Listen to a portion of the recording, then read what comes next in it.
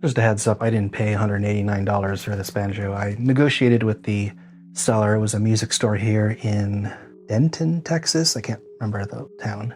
Anyway, we settled on $155. That's what I paid for it. I think that was a bargain, total bargain. I really love the bow tie inlays. It's one of the reasons why I chose this banjo. There's just something about bow ties on a banjo fretboard. I can't explain it, but it really spoke to me. All these Alvarez banjos had an inlay on the headstock, and they all differed depending on the year and the model. There were some higher end Alvarez, like deluxe models, that had more elaborate inlays, but these are quite interesting, very beautiful. I really do wish I knew more about the brand, other than at the time in the 70s in Japan, Japan was doing a whole bunch of clones of United States made instruments, and so I don't think they were taken very seriously. But in the end, you take anything that's not taken seriously and you add, 30, 40 years to it, then they become a little more interesting. Action at the last fret is really high. It's essentially 5 mil. That's crazy. And I think that's the way banjos are supposed to be set up, although I'm certainly going to get this as low as I possibly can without buzzing. Coordinator rod is this rod here in the center. Some banjos have two. There's a nut on the inside and one on the outside. So what we can do is loosen this. There's a hole here in the center. Put an Allen key through there to hold the rod in place while we turn this nut and tighten it. And it essentially just takes this heel, and you can see there's a little gap here. And by tightening the coordinator rod, it pulls this bottom of the heel this way towards the back. And it gives us a break angle that we need. Now, from what I've read, we're not supposed to do this too much because it could deform the shell. So everything that we do is in moderation.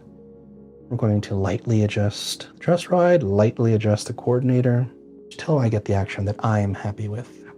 So as it stands, I could leave it as is and be pretty happy, but I'm not. We're going to make sure the frets are level and then get these strings as low as we possibly can.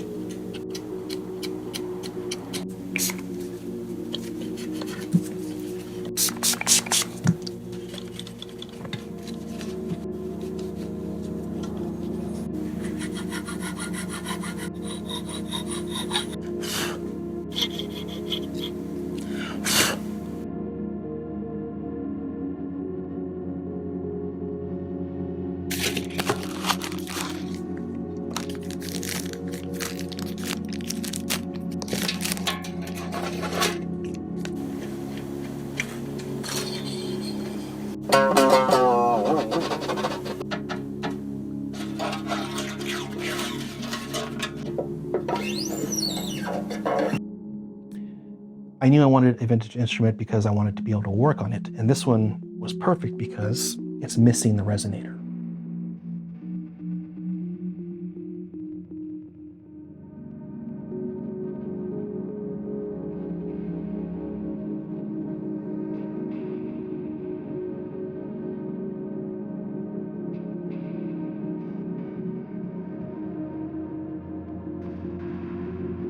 Okay, so I took the scrap wood and I machined it, and I spared you the machining process. It was a drag, one of the most boring machining processes I've ever done. I just hated every second of it.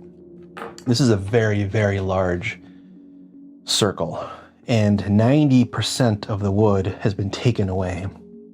This is not the proper way to build one of these resonators.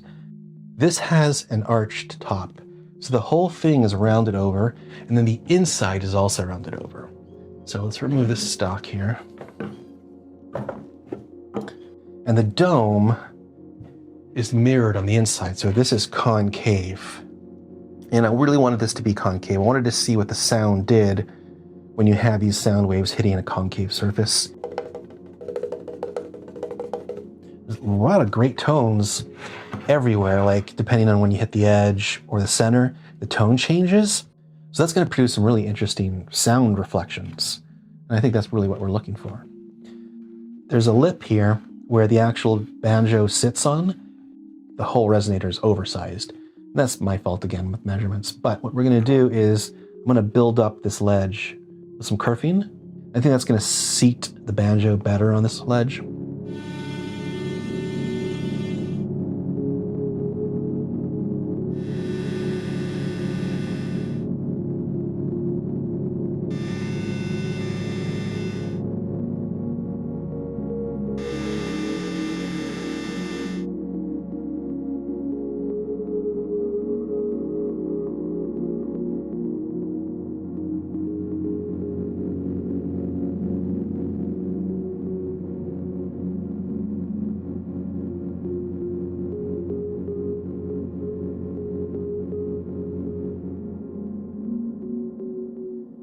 The engraving came out pretty good. And then I wanted a centerpiece because the engravings by the F-holes are mirror images. I wanted something in the middle that would be kind of the centerpiece. And so I chose a sunflower. And this came out fantastic. Now it's still not cleaned out, so the V-bit actually leaves quite a bit of bits and pieces in the wood. You can see that this is just a piece of chips in the actual grooves and some more in here. So I'll just kind of go in there with the scalpel and just wiggle them so they're loose, and then you need a kind of a stiff, rigid brush to get them out. Compressed air would be better, but I don't have compressed air. And so this method works fine. And there you go. Just got to clean these out. And once you do, it looks fabulous. I'm happy with the scrap wood. Walnut, sapele together laminated looks fabulous. Got a dome shape going. This is just an oil finish, and I think I'm gonna just stop at that. Now, I oiled first before I did the engraving. Why? Because I knew that if you were to oil afterwards, you would get all the oil inside the engraving, and it would just sit in there, and it would do whatever oil does when it just sits there, get kind of gummy and gross and look weird. So I oiled first, then did the engraving. I will have to eventually clean the insides of the F-holes and then oil those. That's gonna be the last thing we do. Did use pine for the edge here. So I knew that I needed to get this to 50 mil high. The scrap wood wasn't tall enough, so I just laminated some pine on top. And this pine is strictly just cosmetic. It's the part that you see from the front, but the pine isn't part of the structural integrity. So the bolts are going to sit in this appealie. We're going to have spruce kerfing here on the pine, which it'll be sitting on. It's pretty thick, so it's not going to actually vibrate like an acoustic top. It's not meant to. It's just meant to reflect sounds from the skin hitting this and bouncing back forward.